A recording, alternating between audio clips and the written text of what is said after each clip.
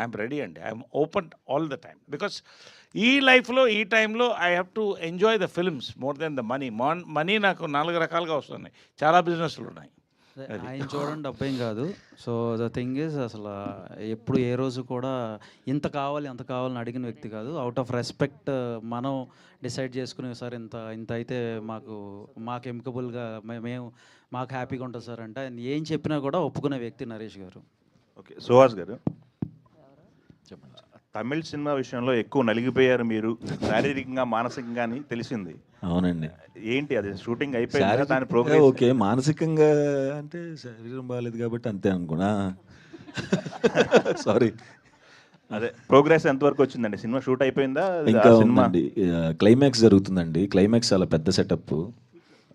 అందుకనే మీరు ఈ ప్రమోషన్స్లో చూడండి, నేను మరీ ఇది నలిపే కానీ ఇంత నలిపా అన్నట్టు నేను ట్యాన్ అవుతానని నాకే తెలియకుండా అలా అయ్యానండి. అక్కడ అయ్యేసి వచ్చాను. But super happy.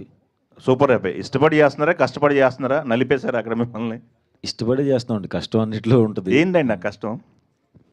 సముద్రం మధ్యలో 20 రోజులు షూట్ కదండి. అంటే లంచ్ కూడా అక్కడే. నాకు కష్టపడి చేస్తున్నాను, అది నాకు ఇష్టం అది కాదండి. సినిమా చాలా ఇష్టపడే, నాకు తమిళ్ డెబ్యూ, ఫెంటాస్టిక్ మెయిన్ విలన్గా చేస్తున్నాను. దాంతో నాకు వచ్చే పేరు కూడా నాకు తెలుసు. సో దానికి ఇష్టపడే చేస్తున్నాను. ఓకే అండి, ఆల్ ది బెస్ట్. శ్రవంతి గారు. Hello, all the best and congratulation.